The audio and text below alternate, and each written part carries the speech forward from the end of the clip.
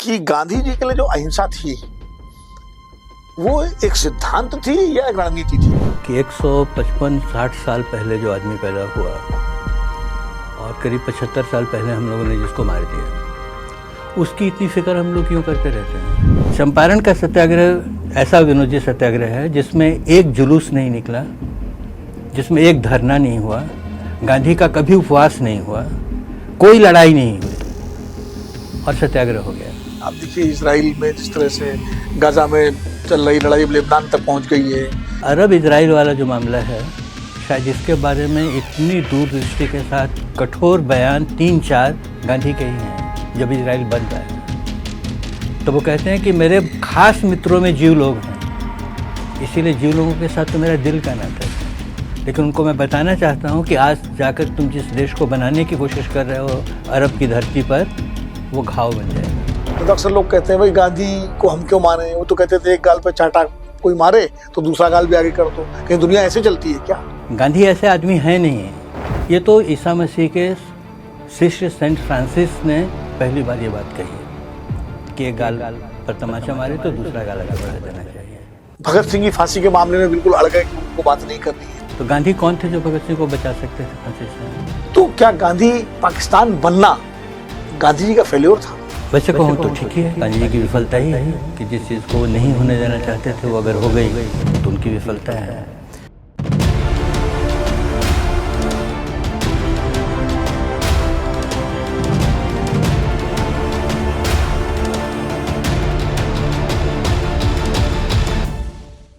नमस्कार, आपको पूरे देश को गांधी जयंती की बधाई।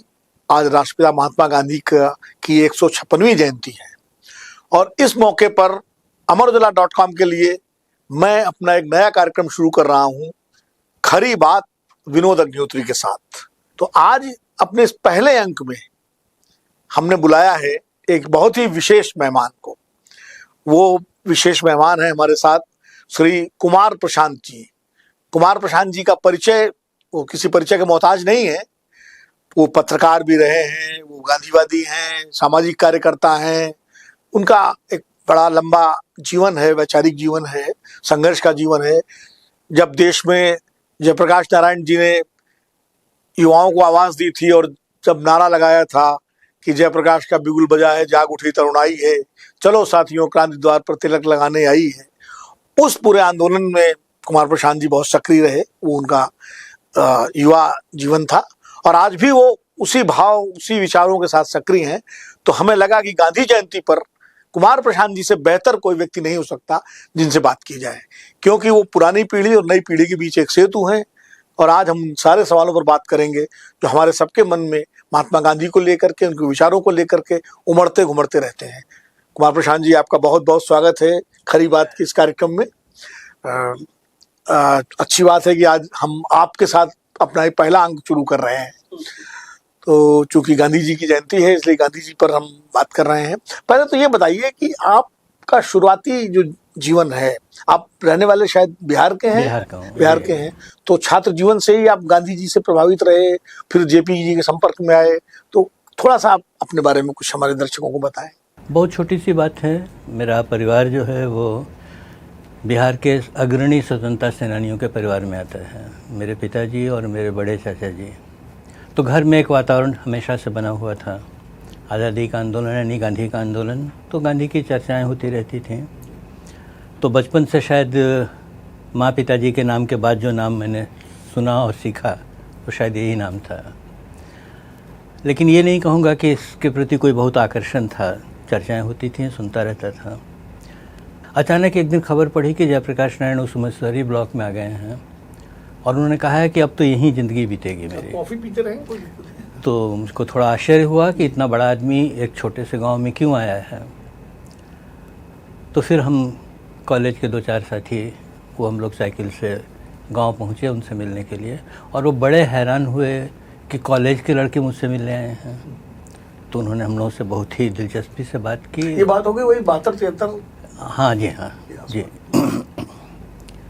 तो जब हम चलने लगे तो वो हमको छोड़ने साइकिल तक आए और चलते समय मुझको कंधे पर हाथ रख कर कहा, फिर आओगे क्या? तो बस समझिए, फिर आओगे क्या ने जीवन में कुछ अलग ही ये पैदा कर दिया। उन्होंने अभी ही कंधे पे हाथ भी रखा। संयोग कहे जो भी कहे, और वैसे भी बड़े लोग पहचान लेते हैं शायद। तो वहाँ से इस काम के साथ जुड़ाव हुआ, और वो चूँकि नक्सलवादी इलाका था, नक्सलवादियों ने कई लोगों को मारने वारने की धमकी दी थी, तो उन्होंने मुझसे कहा कि तुम नक्सलवादियों से मिलो और उनको मेरे पास लाओ। जेपी ने पदयात्रा भी की थी शायद उस समय, काफ़ी बड़ी पदयात्रा की थी, और कोई साल भर वो उसी प्रखंड में ही बैठे रहे। तो समझिए ये दीक्षा हुई गांधी विचार के प्रति। इससे जुड़ा तो विनोबा से परिचय हुआ, ग्राम स्वराज के आंदोलन से परिचय हुआ। तो समझिए काम करते करते कभी ये निर्णय नहीं किया था मन में कि मुझको गांधी के पास जाना है, लेकिन काम की रफ्तार ने मुझको खींचते खींचते गांधी तक पहुँचाया। और पहुँच करके मैंने पाया सिर्फ इतना ही कि मन में जो बहुत सारे सवाल घुमड़ते रहते थे उसका जवाब कहीं न कहीं मिलता है यहाँ पे, इसीलिए फिर यहीं ठहर गया। तो कह सकता हूँ कि गांधी मुझको मेरी जीवन यात्रा में विचार के साथी मिले हैं। तो गांधी जी के साथ आपका ये रहा, फिर जेपी के साथ जब आप आंदोलन में जुड़े तो एक तरह से गांधी विचार और गांधी कर्म दोनों का एक संयोग हुआ, क्योंकि और शायद जब जेपी से आप पहली बार मिले होंगे तो आपको लगा होगा कहीं ना कहीं गांधी की झलक उनके अंदर। जी हाँ, बिल्कुल ही। और मैं ये कह सकता हूँ कि हम तो पूरी पीढ़ी हैं जिसको गांधी से परिचय कराया उन्होंने, क्योंकि जब आंदोलन हमारा शुरू हुआ उस समय हम एक गांव में रहते थे, सहरसा नाम का ज़िला है बिहार का, नेपाल के बॉर्डर पर। और जयप्रकाश जी को एक दिन हमने अपने यहाँ बुलाया, और वो पूरी रात हमारे साथ उस झोपड़ी में रहे और हमसे बात करते रहे। ये वहीं गांव की सभा में उन्होंने पहली बार ये कहा कि मैं तो सामने से देख रहा हूँ कि सन 42 आ रहा है। अच्छा। हमको तो दिखा नहीं कहीं, उनको दिख रहा था। वहाँ से वो पटना आया और वहाँ उन्होंने फिर ये घोषणा की और ये आंदोलन शुरू हुआ। और फिर पहली गिरफ्तारी मेरी हुई आंदोलन में।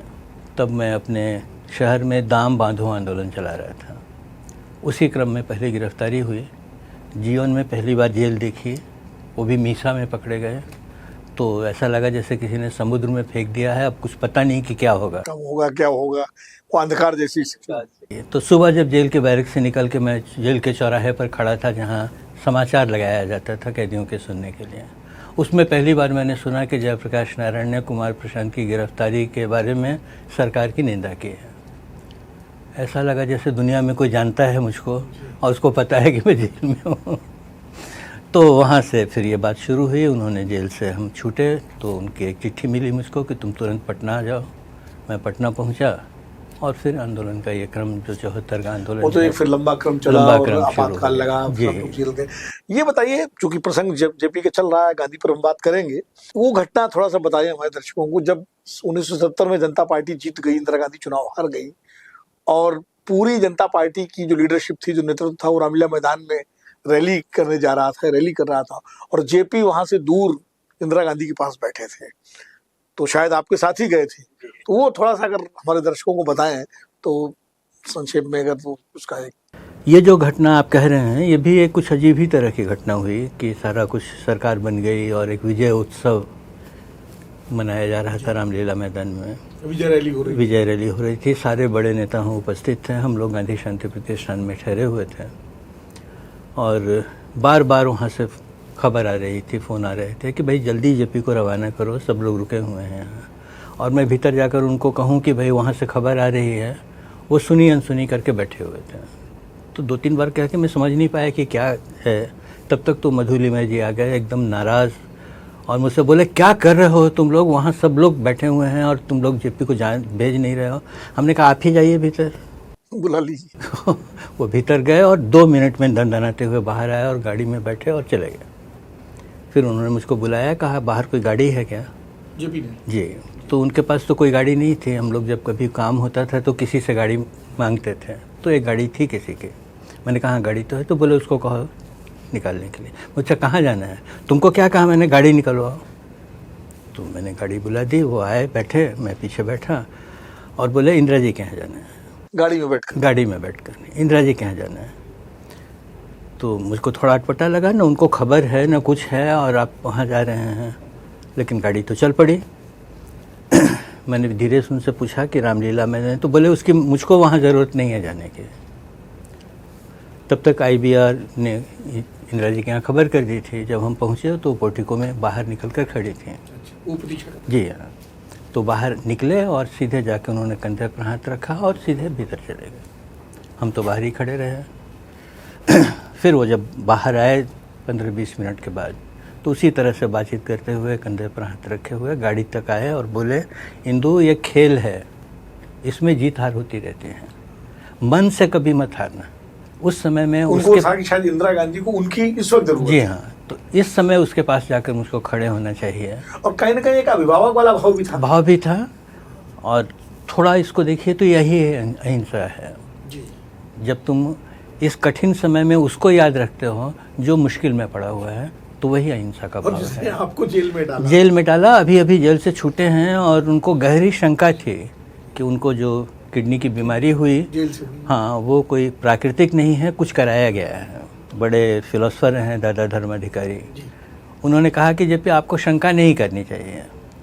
तो उन्होंने कहा दादा मैं शंका करता नहीं हूँ, लेकिन ये बात है मेरे मन में तो वो भी ना कहूँ, मुझको लगता है कि कहीं कुछ तो गड़बड़ हुई। लेकिन उस आदमी के लिए भी उनके मन में कटुता कभी नहीं रही। जब वो मिलने आई, आपको याद होगा जब पहली बार पराजय के बाद वो पटना आई इंदिरा जी और मिलने जयप्रकाश जी के घर पर आई, तो उनको विदा करते हुए सबके बीच उन्होंने कहा कि तुम्हारा भूत जितना उज्जवल है, भविष्य भी उतना ही उज्जवल हो। तो एक बहुत ही अजीब किस्म का आदमी था। मेनका गांधी मिलने आई तो पूछे कि बेटा कुछ आर्थिक दिक्कत तो नहीं है तुम लोगों को? उनको अंदाज नहीं करे इस परिवार ने इतना कुछ कमाया है कि कई पुश्तों तक खाएंगे लोग, लेकिन मन में उनके था कि कहीं कुछ परेशानी में तो नहीं है। इंदु को बोलना कोई दिक्कत होगी तो मुझको बताएगी। तो कहा उन्होंने कि सबसे ज़्यादा दिक्कत है हम लोग की डार्क सेंसर हो रही है। तो बोले ऐसा कैसे कर सकते हैं ये लोग? मैं बात करूंगा इन लोगों से। बाद में मैंने उनको कहा कि इन लोगों ने तो डार्क सेंसर करने की प्रथा इन्होंने ही शुरू कराई है। तो बोले क्या प्रथा शुरू कराई तो वही चलेगी? अभी लगाओ, होम मिनिस्टर को फ़ोन लगाओ। उनको कहा ये बात दोबारा नहीं होनी चाहिए, गलत बात है।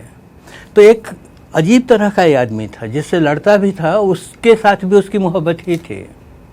तो यही तो गांधी जी का था। तो यही गांधी का अंग्रेजों के प्रति कहाँ उनके अंदर को तो गांधी का इतने सारा रूप है, उसमें से एक रूप जयप्रकाश जी के पास देखा हमने। ये बताइए कि गांधी जी के लिए जो अहिंसा थी वो एक सिद्धांत थी या एक रणनीति थी? विनोद जी, मैं तो कभी कभी हंसता भी हूँ और कभी कभी दुखी भी होता हूँ कि 155-60 साल पहले जो आदमी पैदा हुआ और करीब 75 साल पहले हम लोगों ने जिसको मार दिया, उसकी इतनी फिक्र हम लोग क्यों करते रहते हैं? छोड़ दो ना उसको, इसकी जान तो बख्शो। हर बात में हम गांधी जी के ही बारे में पूछते हैं, तो कभी कभी मैं पूछता हूँ कि अरे इस आदमी की कहानी ख़त्म क्यों नहीं होती है? हर आदमी मरता है और हर आदमी के मरने के साथ उसकी कहानी पूरी हो जाती है। इनकी भी पूरी हो जानी चाहिए थी, लेकिन इनकी कहानी चलती जाती है और हम लोग भी बैठकर उनकी ही बात कर रहे हैं, उन्हीं पर चर्चा कर रहे हैं। यानी कोई बात है जो ये आदमी मरने पर भी मरा नहीं है। इसको खोजना चाहिए, इसको समझने की हम लोगों को कोशिश करनी चाहिए। आपने जो पूछा है, अगर उसका जवाब मैं इस तरह से दूं कि गांधी को अहिंसा अंग्रेज़ों से नहीं मिली है या अंग्रेज़ों का मुकाबला करने के लिए अहिंसा नहीं ढूंढी है, तो दक्षिण अफ्रीका की बात है, जहाँ 24 साल का एक लड़का अपनी धरती से इतनी दूर जाकर खड़ा हुआ है और एक अपमान के भाव से सोच रहा है कि इसका क्या जवाब दूँ, और उसके सारे कलीग्स उसको समझा रहे हैं कि अरे ये तो रोज़ हमारे साथ होता है, तुम्हारे साथ हो गया तो कौन सी बड़ी बात है, देख लेंगे, हम लोग तो यहाँ अपना जीवन चलाने आए हैं। लेकिन उस टिकट चेकर ने जिसने डिब्बे से उनको उठार कर फेंका था, उसको जब उन्होंने फर्स्ट क्लास का टिकट दिया और कहा कि ये फर्स्ट क्लास का टिकट है मेरे पास, तो उसने उनके हाथ से टिकट खींच लिया और कहा सो व्हाट। वो कहते हैं कि उस 100 वाट का जवाब देना है मुझको, मैं इसे छोड़ूंगा नहीं। उसने जो पूछा कि क्या हो गया अगर तुम्हारे पास फर्स्ट क्लास का टिकट है, तो मैं उसको बताऊंगा कि क्या होता है फर्स्ट क्लास का टिकट रखने का मतलब। यहाँ से वो कहानी शुरू होती है और तब वो देखते हैं कि यहाँ तो पूरा हिंदुस्तान है, यहाँ के सारे प्रांतों के लोग वहाँ हैं और उतने ही बटे हुए हैं जितने हिंदुस्तान में बटे हुए हैं, एक दूसरे से कोई संबंध नहीं है और इनको लेकर वो लड़ाई शुरू करना चाहते हैं जी। तो पहला काम करते हैं कि इनको जोड़ते हैं, नटाल इंडियन कांग्रेस बनती है। पहली बार सफ़ेद लोगों को ये समझ में आता है कि काले लोग इकट्ठे हो सकते हैं। उसके बाद तुरंत एक अखबार शुरू करते हैं, नाम रखते हैं इंडियन ओपिनियन। इन भारतीयों का कोई ओपिनियन भी होता है, ये तो पहली बार उन लोगों को समझ में आया कि ये लोग कुछ कहना भी चाहते हैं। वहाँ से कहानी शुरू होती है और अपने प्रयोग में से वो इस जगह पर पहुँचते हैं कि परंपरागत तरीक़ों से अगर मैं लड़ूंगा इन लोगों से तो ये लड़ाई संभव नहीं है, इसलिए कुछ नई चीज़ ढूंढनी पड़ेगी। ढूंढूं क्या ये भी मालूम नहीं है, लेकिन प्रतिकार शुरू करते हैं और प्रतिकार में वो ड्राफ्ट जलाने वाली घटना होती है और देखते हैं कि इस घटना से पूरी सरकार हिल गई है। तो अपने मन में भी उनका सवाल उठता है कि एक ड्राफ्ट जला रहे हैं, इसका इतना ज़्यादा रिएक्शन क्यों हो रहा है। तब उनके मन में ये सवाल आता है, जवाब आता है कि दरअसल में नागरिक अगर कोई एक्शन लेता है तो सत्ता हमेशा उससे घबराती है। नागरिकों का एक्शन इकट्ठा करना है। तब उनको रास्ता मिलता है कि नागरिकों का एक्शन इकट्ठा करने के लिए इस तरह का कोई शांतिमय रास्ता ढूंढना पड़ेगा, तभी ये लोग साथ में आएंगे। वहाँ से विकसित होना शुरू करता है और फिर जाकर एक दिन उनको वो चीज़ समझ में आती है और उस सभा में वो सत्याग्रह की घोषणा करते हैं। सत्याग्रह का जन्म होता है और उसके बाद वो कहानी आगे बढ़ती है। वो लिखते हैं कि मुझको भी मालूम नहीं था कि क्या है ये, जैसे जैसे घटनाएं बढ़ती गई आगे वैसे वैसे मुझको रास्ता सूझता गया और सूझते सूझते एक जगह तक मैं पहुंचा। दक्षिण अफ्रीका की लड़ाई ख़त्म होती है, भारत आ जाते हैं और भारत आके उनको अब नहीं समझ में आ रहा है कि क्या करना चाहिए। यहाँ गोखले गुरु हैं उनको बताते हैं कि तुमको जो कुछ किया तुमने दक्षिण अफ्रीका में, भूल जाओ उसको, वो यहाँ कुछ नहीं होने वाले हैं, यहाँ तो अपने तरीके से ही लड़ना पड़ेगा। तो कहते हैं नहीं, कुछ तो बात सोचनी पड़ेगी। तो कहते हैं 1 साल तक सिर्फ सोचो, नाक मुँह खोलो, न कोई बयान दो, न कोई पॉलिटिकल काम करो, इस देश को देखो और समझो। और होते होते अचानक अपने को चंपारण में पाते हैं, जिस जगह को भी वो नहीं जानते हैं, जो आदमी ले गया है उसके भी बहुत थोड़े समय का परिचय है, भाषा भी नहीं जानते हैं, बड़ी मुसीबत में पड़े हैं। गुजराती आदमी अंग्रेजी बैकग्राउंड से आया हुआ और बिहार के चंपारण में मुश्किल हो जाती है। एक कृपलानी साथ में मिल जाते हैं और राजेंद्र बाबू और ये लोग मिल जाते हैं, पूछते हैं हम क्या आपकी मदद करें। तो बोले तुम्हारी वकालत की मुझको कोई ज़रूरत नहीं है, तुम लोग अगर मेरे इंटरप्रेटर दुभाषीय बन के काम कर सकते हो तो काम करो। तो समझिए ब्रजकिशोर प्रसाद से लेकर अनुग्रह नारायण सिंह के बीच के जितने टॉप के वकील हैं सब गांधी जी के दुभाषीय बन के वहाँ बैठे हैं। क्या काम करूँ? तो कहते हैं कि किसानों का बयान नोट कीजिए। चंपारण का सत्याग्रह ऐसा विनोदी सत्याग्रह है जिसमें एक जुलूस नहीं निकला, जिसमें एक धरना नहीं हुआ, गांधी का कभी उपवास नहीं हुआ, कोई लड़ाई नहीं हुई और सत्याग्रह हो गया। क्या कहा उन्होंने? सिर्फ सच को इकट्ठा करो, लोगों के बयान दर्ज करो कागज़ में। अपने नेशनल आर्काइव में 450 पन्ने से ज़्यादा के बयान लिखे हुए अभी भी रखे हैं। और गांधी जी को भाषा समझ में नहीं आती है तो कहते हैं कि तुमको जहाँ लगे कि किसान जो है तो बात बढ़ा चढ़ा कर बोल रहा है उसको नोट कर लेना, मुझको बताना, मैं जाकर देखूंगा वहाँ। यहाँ बयान चलता है और गांधी पूरे चंपारण में घूम रहे हैं, साइकिल पर, हाथी पर, घोड़े पर, पैदल जगह जगह जाकर लोगों से देख रहे हैं कि सच बोल रहे हैं कि नहीं बोल रहे हैं। और सिर्फ इतनी खबर कि ये चीज़ें रिकॉर्ड हो रही हैं, ब्रिटिश सरकार एकदम खड़ी हो जाती है और फिर उनको बुलाती है, कहती है कि कमेटी बनाते हैं, आप ही उसमें रहिए। तो सारा बयान कमेटी को सौंप देते हैं, कहते हैं अब आप ही देख लो ये सारा, और कानून वापस होता है। प्रशांत जी, इस वक्त जो विश्व की स्थिति है, आप देखिए इजराइल में जिस तरह से गाजा में चल रही लड़ाई लेबनान तक पहुंच गई है, यूक्रेन और रूस का चल रहा है, और तनाव तो लगभग विश्व में हर जगह है। अफगानिस्तान में अलग तरह की सत्ता आ गई है वापस तालिबानों की, पाकिस्तान की हालत हम देख रहे हैं, भारत में भी जगह जगह अशांति और हिंसा और इस तरह की चीजें हैं, आतंकवाद एक वैश्विक समस्या बन चुका है। ऐसे में गांधी कितने प्रासंगिक हैं, या हमारी आज की नई पीढ़ी जो है, या लोग कैसे गांधी को एक्सेप्ट करेंगे जब चारों ओर हिंसा का और तनाव का वातावरण है? एक बात याद आ रही है विनोद जी, इसलिए कह देता हूँ।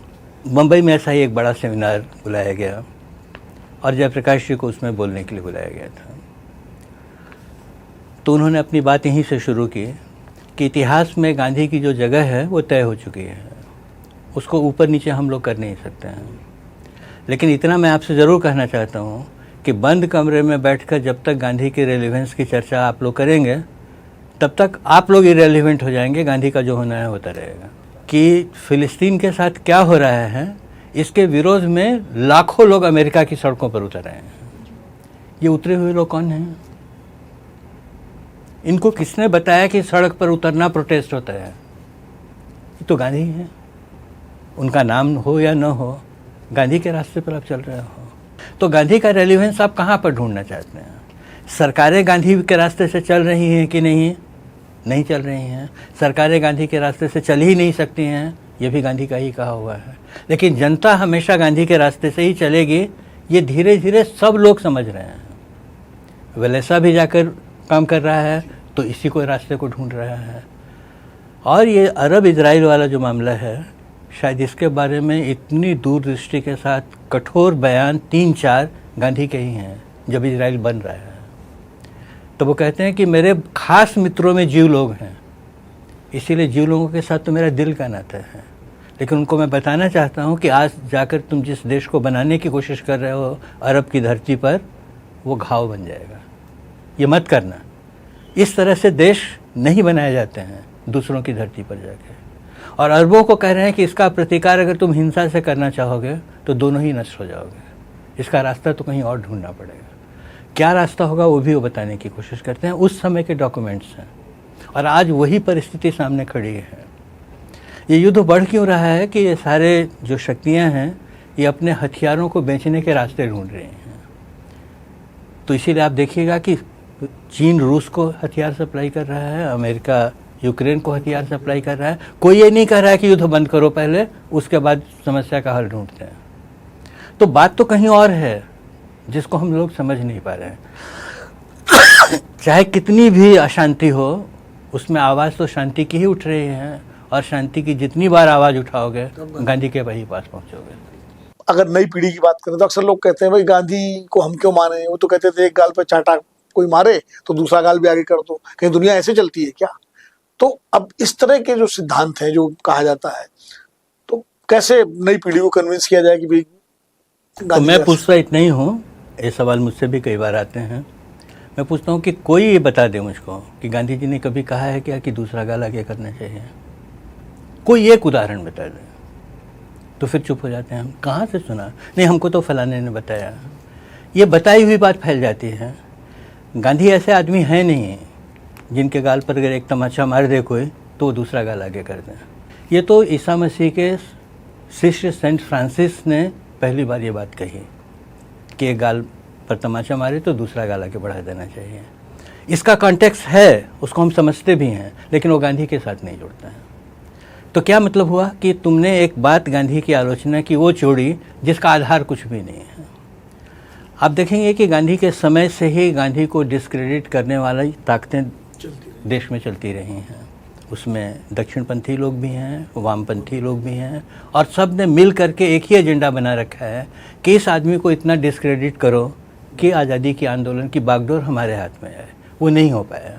उसके कारण जितनी बातें फैलाई गईं, उन बातों को ही आगे बढ़ाने की कोशिश में ये सब चीज़ें खड़ी होती हैं जो आप कह रहे हैं। इस तरह की भ्रम और इस तरह की तो इसका आधार कहाँ पर है वो खोजने की ज़रूरत है। जब खोजते हैं तो पता चलता है कि कुछ भी नहीं है। ये एक सवाल ये भी होता है गांधी जी की कार्यशैली को लेकर के कि साहब उनकी कार्यशैली बड़ी एकाधिकारवादी थी। जैसे चौरी चौरा की बात आपने की कि उन्होंने एकदम से आंदोलन वापस ले लिया और बिना बात किए हुए। सुभाष चंद्र बोस जब कांग्रेस का चुनाव जीत गए तो उन्होंने कहा कि पट्टाभी की हार मेरी हार है, और सुभाष जी को इस्तीफा देके छोड़ना पड़ा। इसी तरह भगत सिंह की फांसी के मामले में बिल्कुल अड़ गए कि उनको बात नहीं करनी है। ये सारे सवाल लोगों के मन में आते हैं, इन पर कुछ भी। छोटी छोटी बात कहता हूँ, लंबा तो समय नहीं है कि लंबी चर्चा करें। लेकिन भगत सिंह को फांसी से बचाना, तो गांधी कौन थे जो भगत सिंह को बचा सकते थे फांसी से? इस देश के वाइसराय थे, इस देश के राष्ट्रपति थे, प्रधानमंत्री थे। कौन थे गांधी? क्या ताकत थी उनके पास कि वो भगत सिंह को बचा सकते थे? वो तो भारत की आज़ादी की लड़ाई लड़ने वाले आंदोलन के नेता थे। सामने में अंग्रेज़ सरकार थी। उनको फांसी देना या माफ़ करना अंग्रेज़ सरकार का काम था। तो निर्णय गांधी तो कर नहीं सकते थे। भगत सिंह कौन थे कि गांधी को उनको बचाना चाहिए? इसकी बात आप कहते हैं, जो भी कहते हैं।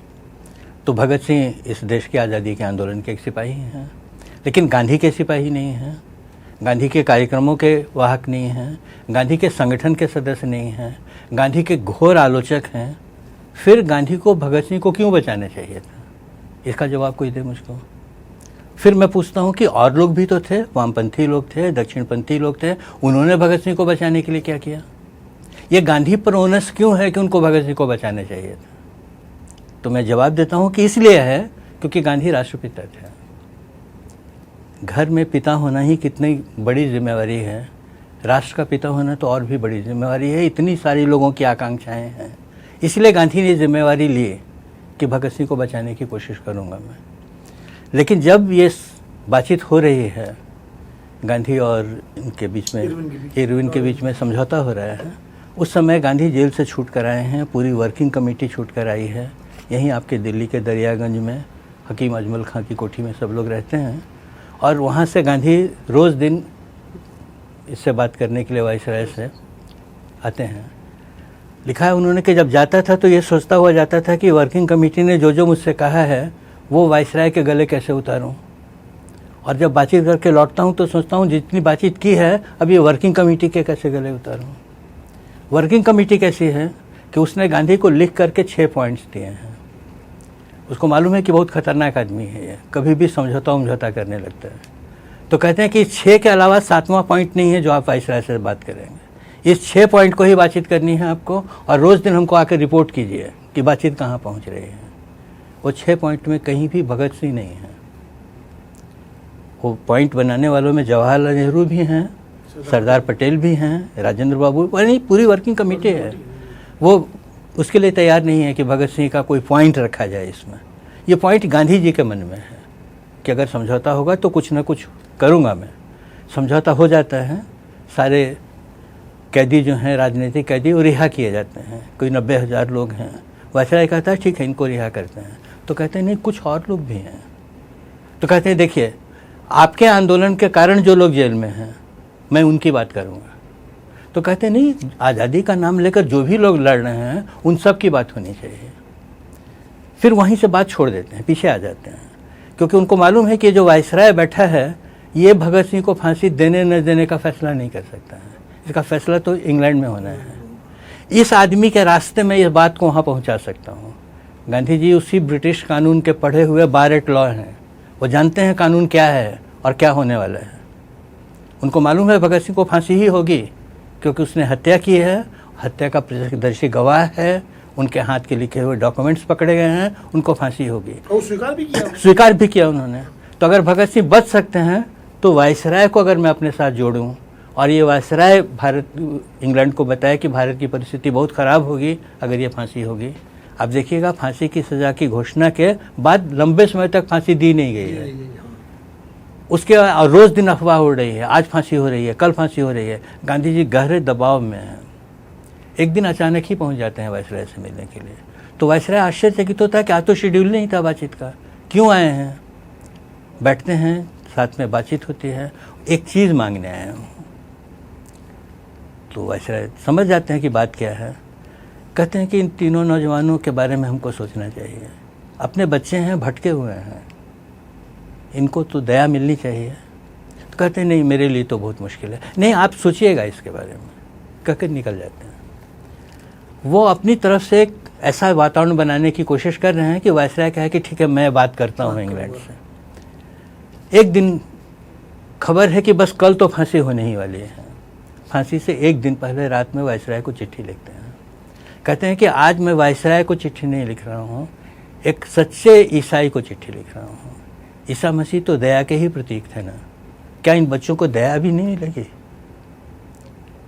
ये चिट्ठी वायसराय के पास भेजते हैं, तब तक फांसी हो जाती है। तो पाकिस्तान बना तो शायद लोहिया जी ने कहा या किसी ने कि बापू को ने तमाम सारे मुद्दों पर अनशन किया, लेकिन पाकिस्तान के खिलाफ बापू ने अनशन पर अगर बैठ जाते तो शायद पाकिस्तान न बनता। तो क्या गांधी पाकिस्तान बनना गांधी जी का फेल्योर था, उनकी विफलता थी? क्यों बापू तो इस पक्ष में नहीं थे पाकिस्तान बने, वो तो कहते थे देश के विभाजन मेरी लाश पे होगा। वैसे कहूँ तो ठीक ही है, गांधी जी की विफलता ही है कि जिस चीज़ को नहीं होने देना चाहते थे वो अगर हो गई तो उनकी विफलता है। लेकिन इतिहास ऐसे फैसले करता नहीं है। बहुत सारी परिस्थितियां हैं जिनके बीच में से चीज़ों को ढूंढना पड़ता है। गांधी ने जब कहा कि मेरी लाश पर बंटवारा होगा, तो उन्होंने सोचा था कि लड़ाई ऐसी होगी जिसमें मैं केंद्र में रहूँगा, सारी मार मैं झेलूँगा। लेकिन परिस्थिति बहुत नई बदल गई। लेकिन गांधी नोआखली से वापस आते हैं, तब तक यहाँ शतरंज की बाजी पूरी बीत चुकी है, सब कुछ तय हो चुका है। और अचानक वो पहुँचते हैं और उनको पता चलता है कि कांग्रेस ने तो सहमति भी दे दी है। जवाहरलाल से पूछते हैं कि तुम लोगों ने मुझको बताया भी नहीं है। कहते हैं बापू आप बहुत दूर थे, वहाँ तक बातचीत ले जाना, सब चीज़ें समझाना संभव नहीं था। तो कहते हैं इतना दूर था मैं कि बातचीत नहीं हो सकती थी। लेकिन कांग्रेस की लीडरशिप ये जानती है कि ये आदमी होने नहीं देगा ये, इसीलिए इस आदमी को बैक में रख करके ही हम करवा सकते हैं, बातचीत से ही दूर रखो। तो वो सारी चीज़ें हो गई हैं। अब गांधी के सामने फैसला करना है कि वो कैसे इसको रोकें। सबसे पहले वो माउंटबेटन से मिलते हैं और कहते हैं देखिए आप चाहे जो भी करने आए हो, मैं यही कहने आया हूँ कि जल्दीबाजी मत कीजिए, थोड़ा वक्त दीजिए। वो कहता है कि नहीं मैं किसी जल्दीबाजी में नहीं हूँ। सिर्फ गांधी जी आप ये देखिए सामने कैलेंडर लगा है, उसमें एक तारीख रेड मार्क करके उसने रखी है। उसने कहा है मुझको कहा गया है कि उस तारीख को फैसला होना है, इस बीच में पूरा समय आप जो भी करना चाहें, लेकिन उस तारीख के आगे मैं नहीं जा पाऊँगा। अब आप इस पर से सोचिए कि विभाजन की लड़ाई अगर गांधी छेड़ते तो क्या होता, अंग्रेज़ भी हमको मारते, कांग्रेस बचाने के लिए आती नहीं साथ में, मुस्लिम लीग विरोध में खड़ी थी, तो जनता पीटी जाती है। तो कहते हैं कि मैंने तो कहा था मेरी लाश पर होगा, ये तो जनता की लाश पर होने लगा है, इसीलिए मुझको एक कदम पीछे हटना पड़ेगा। एक कदम पीछे हटते हैं, कांग्रेस को कहते हैं कि ठीक है विभाजन स्वीकार करो, ये भी बताते हैं कैसे विभाजन करो, किन किन हिस्सों के बारे में बात करनी चाहिए। और फिर एक कदम पीछे आकर के वो आखिरी बात है जो कह के ख़त्म करता हूँ ये प्रसंग, कि वो योजना बनाते हैं कि अब मैं पाकिस्तान जा रहा हूँ, बगैर वीसा के और बगैर पासपोर्ट के। जवाहरलाल को लिखते हैं कि मैं इस तारीख को जाऊँगा, तुमको अगर दिक्कत हो तो मुझको गिरफ्तार कर सकते हो। सरोजनी नायडू को भेजते हैं जिन्ना से मिलने के लिए, कहते हैं उनको बताओ मैं आ रहा हूँ, अगर उनको दिक्कत हो तो मुझको गिरफ्तार कर लें। जिन्ना कहते हैं सरोजनी नायडू से कि आप जाकर गांधी जी को बताइए कि गिरफ्तारी वगैरह की बात तो छोड़ दीजिए, वो जैसे आएंगे उनका स्वागत है, वो जहाँ जाना चाहेंगे वहाँ जाएं, सिर्फ इतना ही मेरा अनुरोध है कि हमारे सुरक्षा घेरे के बाहर नहीं जाएं, क्योंकि अगर मेरे देश की धरती पर उनको कुछ हो गया तो पाकिस्तान बचेगा नहीं। गांधी के रास्ते पर या विचारों पर या उनकी विरासत को सबसे ज्यादा किसने संभाला? नेहरू, जयप्रकाश, लोहिया, विनोबा या कोई और? मैं ये जवाब देता हूँ कि इन सब में गांधी के काम को समझकर आगे बढ़ाने का सबसे बड़ा काम विनोबा भावे ने किया। बाकी जितने नाम हैं, जयप्रकाश हैं, लोहिया हैं, ये सब लोग एक अलग अलग तरह से उसी काम के अलग अलग हिस्से हैं। लेकिन गांधी का काम क्या था, तो उसको जयप्रकाश जी ने बहुत सुंदर शब्दों में कहा है कि अगर ये विनोबा नाम का आदमी नहीं हुआ होता तो गांधी के दो ही काम थे। 30 जनवरी को हम लोग उनके फोटो के सामने माला चढ़ाते हैं और चरखा काटते हैं। एक सवाल और दिमाग में आ गया छोटा सा, उसके बाद मैं समाप्त करता हूँ, जो बार बार मुझे इशारा भी हो रहा है। आज जो वैश्विक अर्थव्यवस्था है, ग्लोबलाइजेशन, और पूरी दुनिया में सामान व्यापार और सब बढ़ गया है और तकनीक का युग है, AI जैसी तकनीक आ गई। ऐसे में गांधी का स्वदेशी, गांधी का स्वावलंबन, गांधी का ग्राम स्वराज, चरखा, ये कहाँ तक प्रासंगिक है? देखिए ना, ये बी अमेरिकन बाई अमेरिकन, ये नारा गांधी जी ने नहीं दिया है, ये नारा आज अमेरिका में लग रहा है। मैं पेरिस के हवाई अड्डे पर उतरा तो सबसे पहले जो सामने लिखा हुआ देखा मैंने, वो लिखा हुआ था बाई फ्रांसीसी यूज़ फ्रांसीसी। ये कहाँ से आ रहा है? ये तो गांधी ने नहीं है। लेकिन हर देश ये समझ रहा है कि अपनी इकोनॉमी अगर मजबूत करनी हो तो अपना माल अपने यहाँ बनना चाहिए और अपने यहाँ खपना चाहिए, यही तो गांधी कह रहे थे। तो इसीलिए आज के समय में गांधी कोई बहुत अप्रासंगिक बात हो जाती है, नहीं, सब घूम फिर करके बात वहीं पर लेकर आ रहे हैं। आखिर जब आप युद्ध रोकने की बात करते हो तो क्यों रोकना चाहते हो? क्योंकि मनुष्य को की हत्या करना अच्छी बात नहीं है, ये सब लोग मानते हैं। यही गांधी कहते थे, मत मारो, समझा लो। तो मैं देखता नहीं हूँ कि कोई बहुत ज़्यादा दिक्कत है इसमें। टेक्नोलॉजी का जहाँ तक सवाल है तो आप देखिए टेक्नोलॉजी यहाँ तक बढ़ गई है कि अब आदमी रिप्लेस हो रहा है। अगर AI आगे बढ़ता है तो हम आप बात कर रहे हैं, ये आभासी बातचीत भी हो जा सकती है।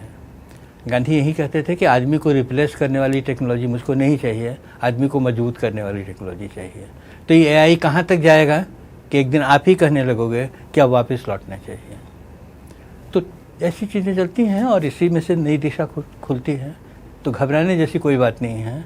गांधी के ही रास्ते से इन समस्याओं के भी जवाब मिलने वाले हैं। इसीलिए गांधी हमेशा प्रासंगिक है, हमेशा प्रासंगिक रहेंगे और रहना भी चाहिए। ये थे कुमार प्रशांत जी हमारे साथ आज खरी बात की चर्चा में। अगले हफ्ते हम फिर मिलेंगे किसी नए मेहमान के साथ, नई चर्चा के साथ। तब तक के लिए आज्ञा दीजिए मुझे भी।